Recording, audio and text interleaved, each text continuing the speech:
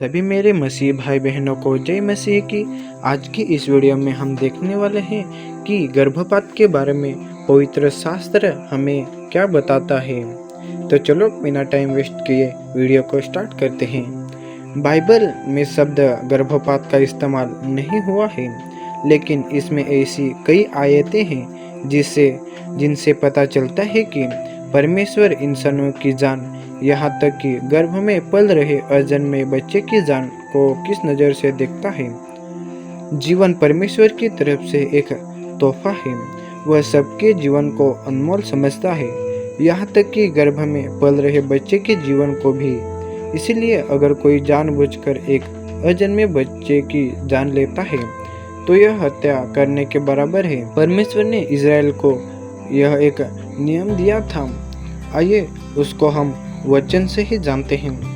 निर्गमन उसका 21वां अध्याय और उसके 22 और 23वें पद में लिखा है, अगर दो आदमियों के बीच हाथापाई हो जाती है और वे लड़ते लड़ते किसी गर्भवती औरत को घायल कर देते हैं और समय से पहले उसका बच्चा हो जाता है, मगर माँ और बच्चे की जान बच जाती है, तो गुनहगार को नुकसान की भरपाई करनी होगी।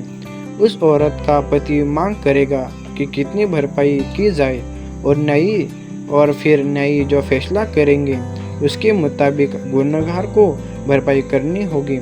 लेकिन अगर माँ या बच्चे की मौत हो जाती है तो उसकी जान के बदले गुनहगार की जान ली जाएगी। आइए हम देखते हैं कि इंसान की शुरुआत कब होती है। परमेश्वर की नज़र में जीवन की शुरुआत तब होती है जब बच्चा माँ के गर्भ में एक भ्रूण के रूप में होता है। परमेश्वर एक अजन्मे बच्चे को एक अलग जान समझता है और यह बात बाइबल की कई आयतों में दर्ज है। तो आइए हम बाइबल के वचन से ही जानते हैं। भजन संहिता का 139वां अध्याय उसके 16वें पद में लिखा है कि तो उधर परमेश्वर ने दावीद के बारे में कहा है। तो आइए जानते हैं। तेरी आँखों ने मुझे तभी देखा था जब मैं बस एक भ्रूण था। हालांकि दावीद अपनी माँ के कोख में एक भ्रूण था, लेकिन परमेश्वर की नज़र में वह एक अलग शख्स था। इसके अलावा परमेश्वर ने भविष्यवक्ता यिर्मयाह के पैदा होने से पहले ही उसके जीवन के लिए एक खास मकसद ठहरा दिया था। तो आइए उसके वचन से ही जानते हैं कि परमेश्वर ने यिर्मयाह के लिए कौन सा खास मकसद ठहरा दिया था। यिर्मयाह उसका पहला अध्याय और उसका 5वां पद, मैं तुझे गर्भ में रचने से पहले ही जानता था, तेरे पैदा होने से पहले ही मैंने तुझे पवित्र ठहराया था, मैंने तुझे राष्ट्र के लिए एक भविष्यवक्ता ठहराया था। तो आपके मन में सवाल उठ रहा होगा, क्या परमेश्वर जिन लोगों ने गर्भपात किया है उनको माफ़ करेगा?